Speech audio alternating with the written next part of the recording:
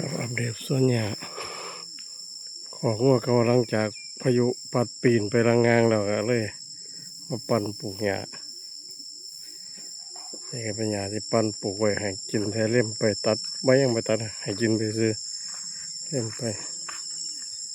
ครับออกไปร้อนเอาออกมาไว้ไปก็เลยรอหญ้านมกำลังได้2-3 เดือน4 เดือนบางตัวก็ยาแล้วตัวกำลังสียาแม่มาได้ผสม3 แม่แล้วสิ้นเดือนก็ฉีดยาฆ่าตัวซ่านAD3 ซอยอีกแค่รอบก่อนยังจะทำการยานมส่วนหญ้าครับข้างล่างก็เป็นตรงหน้าวานเขาไปแล้วก็ขออะไรก็เป็นส่วนหญ้า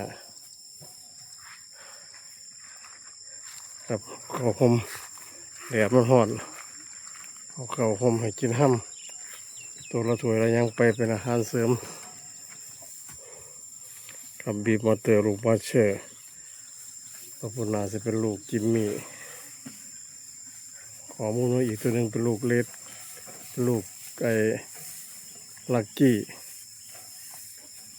จะเป็นลูกว่าไทยบ้านบ่มีข้อมูล